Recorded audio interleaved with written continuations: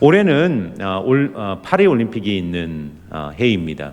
저는 예수님의 말씀 중에 누구든지 나를 따라오려거든 자기를 부인하고 자기 십자가를 지고 나를 따르라는 이 제자도의 말씀을 가장 이렇게 상징적으로 보여주는 사람들이 올림픽에 참여하고 준비하는 선수들이라는 생각이 듭니다.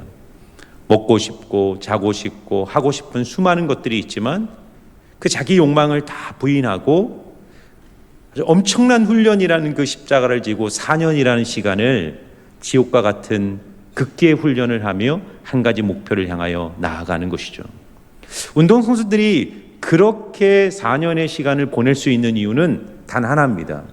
올림픽에서 주어질 영광, 금메달이라는 영광에 대한 기대, 소망으로 그 일을 감내하는 것이죠. 그런데 올림픽 선수들이 올림픽에서 금메달을 따보지 않는 이상 그 금메달이 주는 영광이란 것을 알 수가 있을까? 근데 이런 생각을 해봤습니다. 운동선수들은 어렸을 때부터 크고 작은 대회에서 수많은 입상을 하면서 그 영광을 맛보는 것이죠. 예를 들면 초등학교 때 100m 달리기를 할 때 1등으로 결승선을 다 끊으면서 들어오는 순간 그 영광과 기쁨이 있잖아요. 그거를 아니까 이 전 세계적인 대회인 올림픽에서 금메달을 딸 때 주어질 영광이란 것이 얼마나 놀라운 것인가를 예측할 수 있는 것입니다. 그 영광에 대한 기대로 4년의 시간을 그렇게 살아내는 것입니다. 오늘 우리가 읽은 이 유명한 변화산 사건은 그런 관점에서 이해해 볼 수 있습니다. 예수님이 16장에서 베드로의 신앙 고백을 듣죠. 주는 그리스도시요 살아계신 하나님의 아들입니다. 이 신앙 고백을 들은 후에 예수님이 너무나 기뻐서 뭐라고 그럽니까? 나는 이제 십자가에 달려 죽고 또 예루살렘에 올라가 3일 만에 부활할 것이라는 말씀을 하신 후에 제자들에게 제자도에 대해서 말씀하세요. 너희들도 자기 십자가를 지고 나를 따르라고 주님이 말씀하시는 것입니다. 그런데 이 시점에서 왜 변화산 17장으로 넘어가면서 제자도를 말씀하신 후에 변화산에 대한 이 사건이 등장하고 있을까요? 이 16장 마지막 부분에 이 마지막 두 구절에 예수님은 영광에 대한 이야기를 합니다. 영광에 대한 이야기. 자, 27절과 28절을 한번 같이 읽어보겠습니다. 같이 읽습니다. 시작. 인자가 아버지의 영광으로 그 천사들과 함께 오리니 그때 각 사람이 행한 대로 갚으리라. 진실로 너희에게 이르노니 여기 서 있는 사람 중에 죽기 전에 인자가 그 왕권을 가지고 오는 것을 볼 자들도 있느니라. 아멘. 자, 지금 예수님은 두 가지 영광을 말하는데 27절의 영광은 예수님이 재림하실 때 인자가 아버지의 영광으로 함께 그 천사들과 함께 영광 가운데 온다 할 때 이 영광은 어떤 영광입니까? 재림하실 예수님이 우리에게 가져올 최종적이고 완결된, 예를 들면 올림픽에서 금메달을 딸 때 주어질 영광이라고 볼 수 있는 것이죠.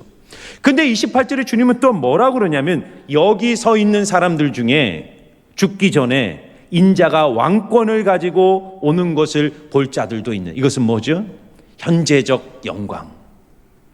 우리가 죽은 후에 그리고 마지막 날 역사의 끝날 보게 될 영광으로 충분하지 않고 예수님과 함께 이미 이 땅에 임한 하나님의 영광을 볼 수 있어야 한다는 것입니다. 여러분, 왜 예수님이 이 이야기를 하십니까? 제자의 삶, 십자가를 지고 자기를 부인하며 주님을 따라가는 이 신앙의 길은 역사의 끝날에 주어질 영광을 기대하는 것으로 충분하지 않다는 거예요. 물론 그 소망을 가지고 살지만 오늘 바로 이 변화사 사건은 마지막 날 주어질 영광에 대한 예고편으로 주님이 보여주시는 것입니다. 변화산의 영광을 보고 아는 사람이 골고다의 십자가까지 주님과 동행할 수 있음을 예수님은 이 사건을 통해 우리에게 알려주는 거예요. 오늘 이 변화사 사건을 통해 우리는 어떻게 예수님의 영광을 보는 인생이 될 수 있는가 여러분들과 함께 나누기를 원합니다. 자, 따라해 보세요. 첫 번째, 영광을 보라. 영광을 보아야 한다는 것입니다. 자, 1절 2절 말씀입니다. 엿새 후에 예수께서 베드로와 야고보와 그 형제 요한을 데리시고 따로 높은 산에 올라가셨더니 그들 앞에서 변형되사 그 얼굴이 해같이 빛나며 옷이 빛과 같이 희어졌더라. 아멘. 예수님이요, 베드로의 신앙 고백을 듣고 이제 예루살렘을 향하여 발걸음을 옮기시며 십자가를 지기 위하여 그 길로 전환하는 그 출발에 예수님이 야고보 요한을 데리시고 높은 산에 올라가셔서 그들 앞에서 변화되신 사건입니다. 여기서 그들 앞에서 변형되사 할 때 이 변형되었다라는 이 헬라어 단어는 이 나무 위를 기어다니는 징그러운 송충이가 탈바꿈을 하여 하늘을 나는 화려한 나비로 바뀌는 그 의미를 말하는 것입니다. 예수님이 지금 제자들 앞에서 변화되셨는데 그 변화된 모습을 오늘 본문은 그 얼굴이 해같이 빛났고 그 옷이 희어졌더라라고 말합니다. 이것은 무엇을 상징할까요? 마지막 날 예수님이 이 땅에 재림하실 때 그분께서 가지고 오실 그 영광스러운 모습을 주님이 예고편으로 제자들에게 보여주시는 것입니다. 우리가 요한계시록을 읽어보면 요한계시록 마지막 장인 성경의 마지막 끝장 22장을 보면 새하늘과 새 땅에 대한 묘사가 등장합니다. 재림하실 예수님께서 그분의 영광으로 세우실 하나님의 나라, 새하늘과 새 땅은 어떤 나라인지를 22장 5절은 이렇게 기록하고 있습니다. 다시 밤이 없겠고 등불과 햇빛이 쓸 데가 없으니 이는 주 하나님이 그들에게 빛이심이라. 여러분, 지구는요 태양에 절대적으로 의존하는 행성입니다. 태양이 주는 빛의 영광에 의지하여 사는 거예요. 태양이 없으면 지구는 존재합니까? 인간이 생존이 가능합니까? 지구는 태양의 빛에 의해 생존하는 것이죠. 그런데 예수님이 재림하실 그 마지막 날, 이 역사의 끝에 주님이 세우실 이 새하늘과 새 땅인 하나님의 나라에는 등불도 태양도 햇빛도 필요 없다는 겁니다. 왜냐하면 태양보다 더 강력하고 아름다운 재림하신 주님의 빛이 이 세상을 감싸게 될 거라고 말씀하는 거예요. 그러므로 오늘 예수님이 변화산에서 그 얼굴이 해같이 빛나고 그 옷이 휘어졌다는 것은 바로 재림하실 그 부활하실 영광의 모습을 제자들에게 미리 보여주시는 것입니다. 그러면 왜 예수님이 이것을 제자들에게 보여줄까요? 왜 십자가 죽음을 앞두고 주님은 변화산에서 이 모습을 제자들에게 보여주고 있는 것일까요? 이유가 있습니다. 여러분, 마태복음 16장에서 너희는 나를 누구라 하느냐라고 물었을 때 베드로는 주는 그리스도시요 살아계신 하나님의 아들입니다라고 신앙 고백을 하죠. 그때 예수님 너무나도 기뻐서 베드로를 칭찬하셨어요. 그리고 내가 이제 십자가 지고 죽고 부활할 거야. 그 복음의 본질을 제자들에게 알려주셨단 말이에요. 그런데 신앙 고백을 했던 베드로가 어떻게 했다고요? 예수님을 책망하면서 십자가 지기를 거부하고 예수님을 그런 일은 일어날 수 없다라고 예수님을 항변하는 일이 일어나지 않습니까? 여러분, 왜 그런 일이 벌어집니까? 베드로의 마음을 가득 채우고 있는 세속적 영광이 베드로의 정신과 마음을 지배하고 있었기 때문입니다. 예수님은 지금 십자가를 얘기하고 있고 죽음을 얘기하는데 베드로의 귀에 들리지가 않는 겁니다. 예수님은 나는 죽으러 간다고 말하는데 베드로는 예수님과 함께 세상의 명예, 세상의 지위, 세상적 영광을 꿈꾸며 주님을 따라가고자 하는 그 욕망이 베드로의 마음을 가득 채우고 있는 거예요. 여러분, 사람들은 누구나 자신을 매료시키는 영광을 쫓아 살아갈 수밖에 없습니다. 사람은 내가 아는 것이 내가 아니라 내가 욕망하고 사랑하는 것이 나를 말해주는 겁니다.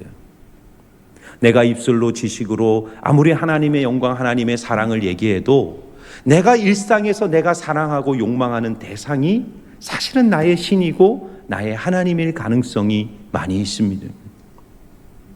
지식의 영광을 매료당한 사람은 평생 책을 파고 연구하고 사상을 쫓고 철학을 추구하며 살아가는 것 아닙니까? 육체의 아름다움의 영광에 매료된 사람은 평생을 육체를 가꾸며 살아가는 것 아닙니까? 산의 영광을 보는 사람들이 있어요.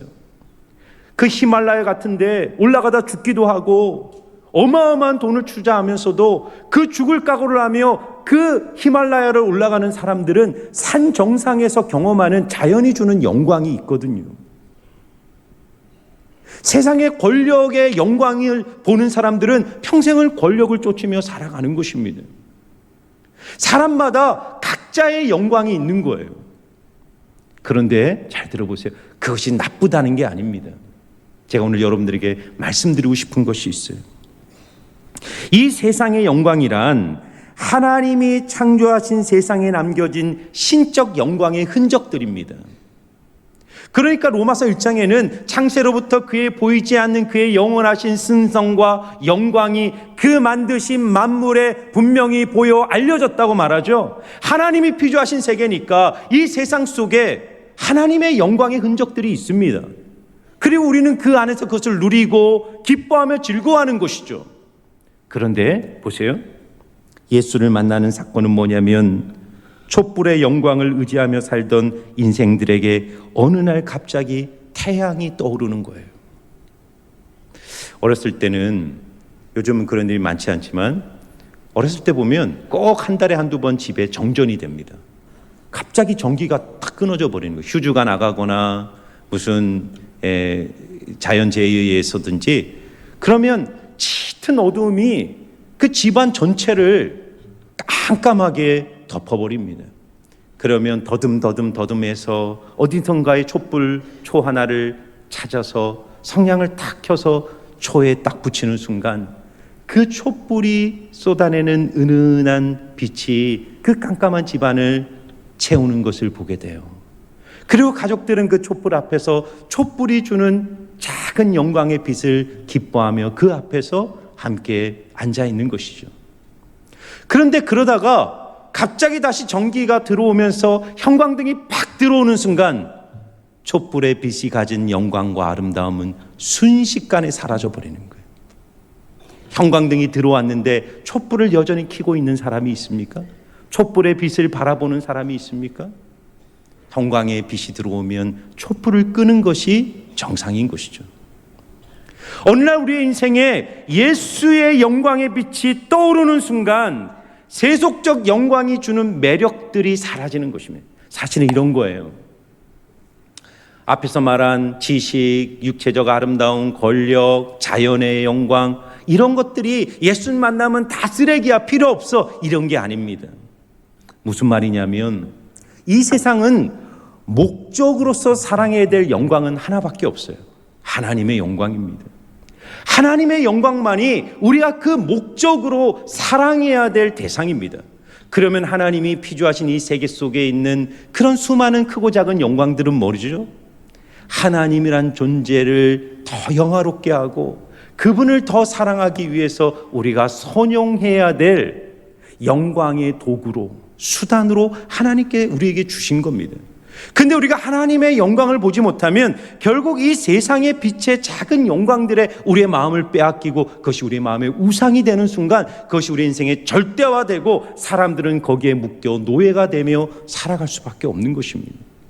지식의 노예가 되고 자연의 노예가 되고 육체의 노예가 되고 권력의 노예가 되고 세상의 것에 끌려다닐 수밖에 없는 거예요. 그런데 우리가 하나님의 영광을 보고 그 영광을 아는 자는 하나님이 내게 주신 이 세상의 영광을 아름답게 선용하며 하나님이 주신 은혜 안에서 건강하게 누리며 우리의 인생을 풍성한 기쁨으로 아름답게 채워갈 수 있는 은혜를 누리게 되는 것입니다.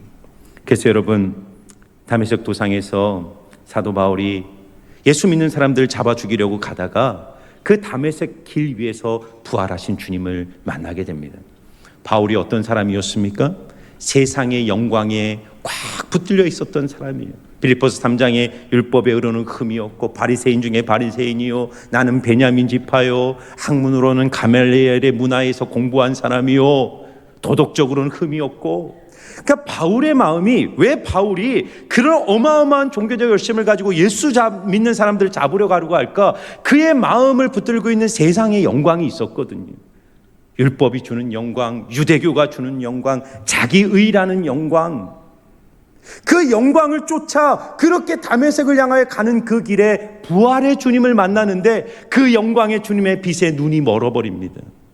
3일 동안 아무것도 보이지 못하다가 아나니가 와서 그 머리에 안수하는 순간 그 눈의 비늘같이 벗겨지면서 새로운 것들을 보기 시작하는데, 그때 바울은 이렇게 빌립보서 3장 7절 8절에 이렇게 고백합니다. 우리 같이 한번 읽어볼까요? 같이 한번 읽겠습니다. 시작. 그러나 무엇이든지 내게 유익하던 것을 내가 그리스도를 위하여 다 해로 여길 뿐더러 또한 모든 것을 해로 여김은 내 주 그리스도 예수를 아는 지식이 가장 고상하기 때문이라. 내가 그를 위하여 모든 것을 잃어버리고 배설물로 여김은 그리스도를 얻고. 아멘. 바울이 뭐라고 고백하죠? 내게 유익하던 모든 것, 내가 목숨처럼 사랑했던 것, 그거 아니면 내 정체성과 삶에 의미가 없다고 생각했던 모든 것들, 주님의 부활의 영광의 빛에 그의 눈이 열리자 내게 유익하던 모든 것들을 그리스도를 위하여 기꺼이 배설물로 여길 수 있는 자 되었다라고 고백하는, 진짜 배설물로 여긴다는 게 아닙니다.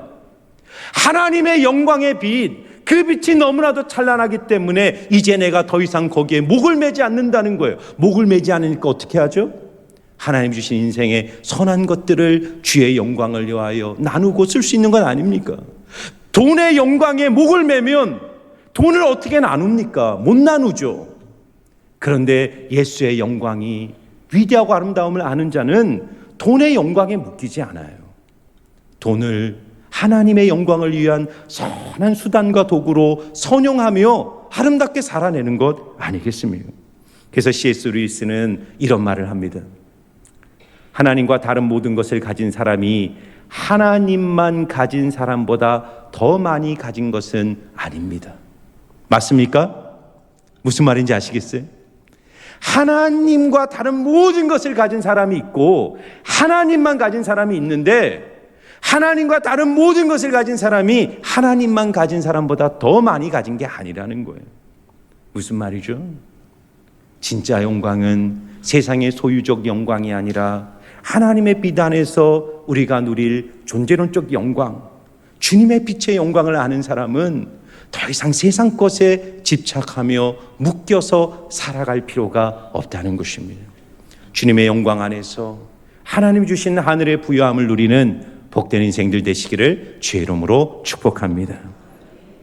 자, 그렇다면 두 번째는요, 따라해 보세요. 영광을 읽으라.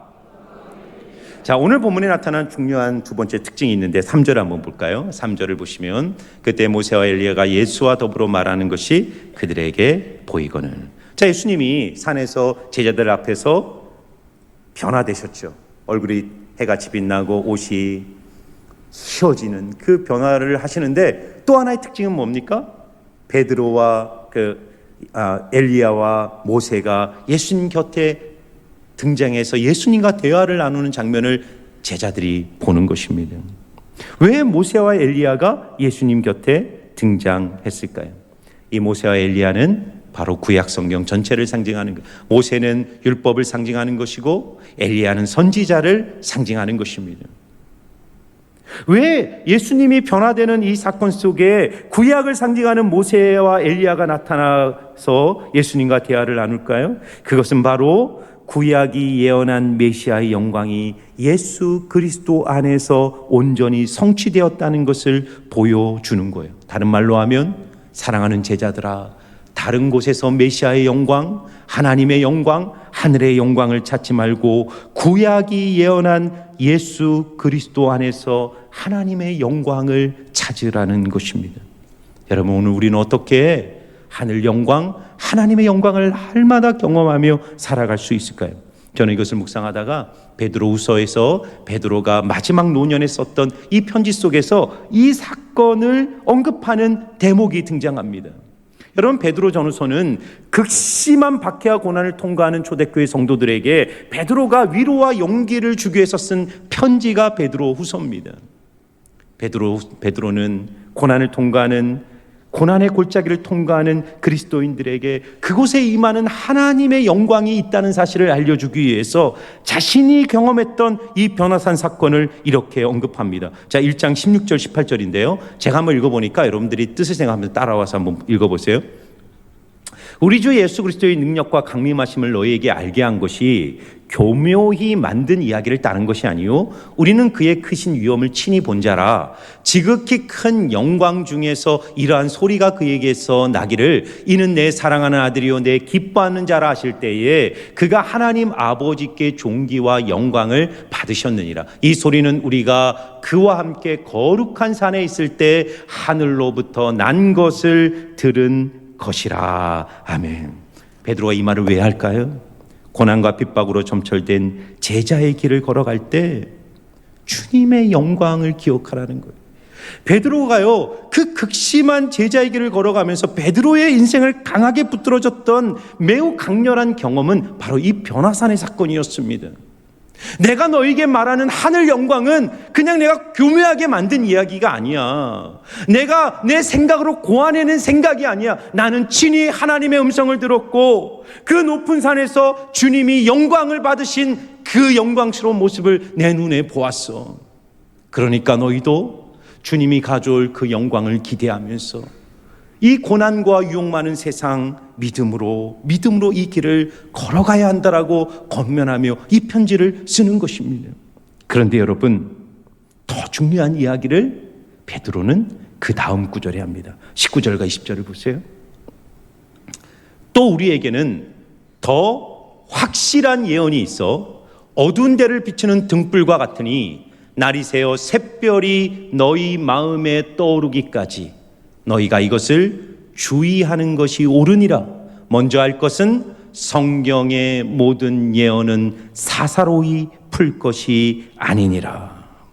여러분, 지금 베드로가 뭘 말하고 싶은지를 보세요. 베드로의 인생 속에 그의 신앙을 지탱해 주었던 가장 강렬한 체험은 이 기적적 체험, 변화산에서 예수님의 그 변형되신 모습을 본 이 사건이었을 거예요. 그런데 베드로는 그걸 말하고 싶은 것이 아니라 그것보다 더 확실한 예언이 우리에게 있는데 너희들은 그것을 주목하고 집중하고 주의해야 된다는 거예요. 언제까지? 어두운 데 등불과 같은 빛이 비추고 우리 마음에 샛별이 떠오를 때까지 너희는 거기에 집중하라는 거예요. 그러면서 그것을 무엇으로 말합니까? 성경을 말하는 거예요. 성경에 집중하라는 겁니다. 사랑하는 성도 여러분, 기적이나 체험이 주는 영광이 아니라 성경이 주는 영광을 사모하시기를 주의 이름으로 축원합니다.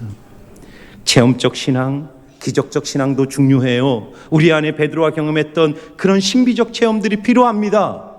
그러나 그것은 하나님이 일생에 한 번, 두 번 줄까 말까 한 거예요. 우리는 날마다 그 영광을 봐야 돼요. 날마다 주님의 영광을 어떻게 봅니까? 날마다 기적만 바라보며 사시겠어요? 날마다 체험만 추구하며 사시겠어요? 아니요. 그 영광은 하나님이 주신 이 계시의 말씀 안에 그대로 담겨져 있는 줄 믿습니다. 여러분, 시 한 편을 여러분에게 읽어드리고 싶어요. 자세히 보아야 예쁘다. 오래 보아야 사랑스럽다. 너도 그렇다. 시가 너무 좋죠.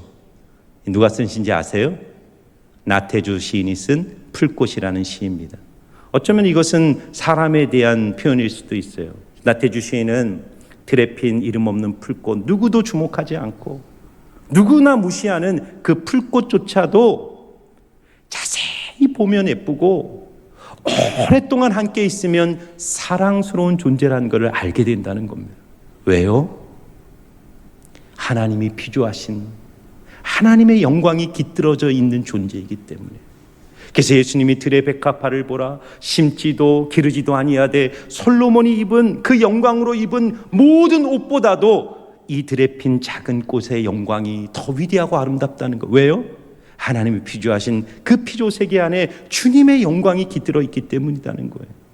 그런데 여러분, 하물며 이름 없는 들꽃도 오래 보고 함께 그것을 묵상하면 거기서 영광이 나오는데 이 땅에 우리를 위하여 오신 예수 그리스도, 그리고 예수 그리스도를 증언하신 이 하나님의 말씀을 우리가 깊이 들여다보고 묵상할 때 이 말씀 안에서 예수를 아는 하나님의 영광의 빛이 우리의 마음에 얼마나 찬란하게 빛나겠습니까?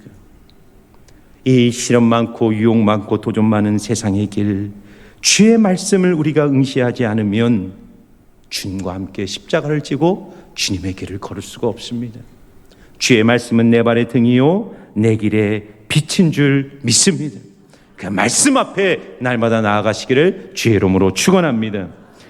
그럼 마지막에 제일 결론입니다. 따라해 보세요. 영광을 따르라.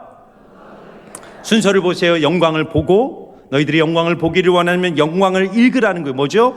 그 영광은 바로 예수 그리스도고, 예수 그리스도를 증언한 책인 이 성경으로 날마다 들어가 성경을 깊이 묵상할 때 우리는 그 영광을 날마다 본다는 거예요. 그러면 영광을 보는 것으로 충분합니까? 오늘 베드로의 반응을 보세요. 변화산에서 예수님의 영광을 본 베드로는 예수님께 이렇게 말합니다. 베드로가 예수께 여짜오 이르되 주여 우리가 여기 있는 것이 좋사오니 만일 주께서 원하시면 내가 여기서 초막 셋을 짓 때 하나는 주님을 위하여 하나는 모세를 위하여 하나는 엘리야를 위하여 하리이다. 자, 지금 이 베드로가 예수님께 뭐라고 요청을 하는 겁니까? 주님, 여기가 너무 좋습니다. 여기 주님의 영광이 찬란히 빛나는 이곳에 초막을 짓고 영원토록 주님과 모세와 엘리야와 함께 여기서 살았으면 좋겠습니다. 당연하죠. 우리는 인생의 찬란한 순간을 맞이할 때 그곳에 머물고 싶어 합니다. 그런데 베드로의 말에 대한 예수님의 응답은 5절이에요. 예수님 뭐라고 말합니까? 베드로가 말할 때 호련히 빛난 구름이 그들을 덮으며 구름 속에서 소리가 나서 이르되 이는 내 사랑하는 아들이요 내 기뻐하는 자니 너희는 그의 말을 들으라 하시니라. 그리고 8절을 보세요. 제자들이 눈을 들고 보매 오직 예수 외에는 아무도 보이지 아니하더라. 뭘 말합니까? 영광도 사라지고 모세도 엘리야도 떠나고 오직 우리 앞에 남는 분은 예루살렘을 향해 십자가를 지고 걸어가실 예수 그리스도 한 분만이 우리 앞에 서 있다는 거예요. 여러분, 주님이 때로 우리 인생의 영광을 보여주실 때가 있어요. 말씀을 들을 때 은혜를 체험하고, 기도를 할 때 하나님의 음성을 듣기도 하고, 정말 신비로운 영광의 빛이 우리의 마음을 감싸는 일들이 경험될 때가 있습니다. 주님이 그 영광을 보여주는 이유는 그 영광의 자리에서 종교적 초막을 짓고 영적 유의를 즐기면서 거기에 머물라고 영광을 보여주시는 것이 아닙니다. 예수님이 왜 십자가로 걸어가는 예루살렘의 그 길목에서 이 사건을 보여주실까요? 그 영광을 의지하고 너희들이 받게 될 십자가와 죽음 이후에 받게 될 예수의 영광을 소망하고 붙들고 예수와 함께 십자가의 길, 믿음의 길을 걸어가라고 영광을 보여주시는 거예요. 우리가 머무는 자리는 종교의 자리, 그리고 어떤 신앙적 체험의 절정의 자리에 머무르는 것이 아니라 주님과 함께 산 아래로 내려와 그 깊은 골짜기에서 신음하고 고통하는 사람들의 자리 속으로 들어와 그들의 발을 닦아주고 그들을 위하여 희생하고 섬기는 삶의 자리로 주님과 함께 걸어가라는 거예요. 그래서 여러분, 이 모세와 엘리야가 예수님과 나눈 대화의 내용이 오늘 본문에는 등장하지 않지만 누가복음에 보면 정확하게 등장합니다. 누가복음 9장 30절 31절을 보면 이렇게 나옵니다. 문득 두 사람이 예수와 함께 말하니 이는 모세와 엘리야라. 영광 중에 나타나서 장차 예수께서 예루살렘에서 별세하실 것을 말할세. 여러분, 그 영광 중에 예수님과 엘리야와 모세가 나누고 있는 대화의 주제가 뭡니까? 죽음이죠. 십자가죠. 예루살렘에서 사형틀에 달려 죽게 될 예수님의 고난에 대해 이야기하는 것입니다. 여러분, 성도가 이 땅에서 누려야 될 영광은 어디에 있습니까? 종교적 자리, 기적의 자리, 체험의 자리에서 주어지는 영광이 있어요. 주님이 그걸 주십니다.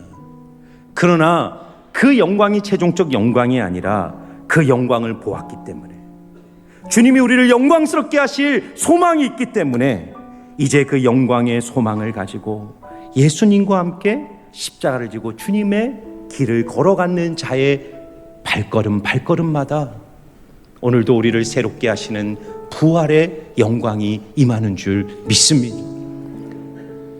여러분, 신앙생활에서 듣기만 하고 따라가지 않으면요, 영적 비만에 걸립니다. 이 세상은요, 참 아이러니한 게 기아로 죽는 많은 사람도 있지만 사실 더 많은 사람들은 비만에 의해서, 성인병에 의해서 더 많은 사람들이 죽어가고 있습니다. 많은 걸 먹지만 우리가 활동하지 않고 일하지 않으면 그것은 우리의 인생의 건강을 해치는 것입니다. 말씀을 듣고 영광을 경험하는 것은 보여주신 영광을 붙들고 삶의 자리에서 작은 것이라도 순종하고 실천하는 믿음의 발걸음을 위하여 주님이 주신 것입니다. 관념화되고 지식화되는 말씀이 아니라 그 말씀 속에서 여러분들을 부르시는 예수님의 음성을 듣고 주님의 발걸음을 따라 한 걸음 한 걸음 순종하며 주님과 함께 여러분의 일상의 자리에서 믿음의 순종을 이루어 가시기를 주의 이름으로 축복합니다. 다른 게 아니에요. 사랑하는 것입니다. 부모님을 사랑하고 자녀를 사랑하고 이웃을 사랑하고 양보하고 희생하고 누군가를 위하여 내 삶을 나누어 줄 수 있는 작은 발걸음 그 걸음 위에 오늘도 우리를 영광스럽게 하시는 부활의 주님이 여러분의 삶에 함께 하실 줄 믿습니다.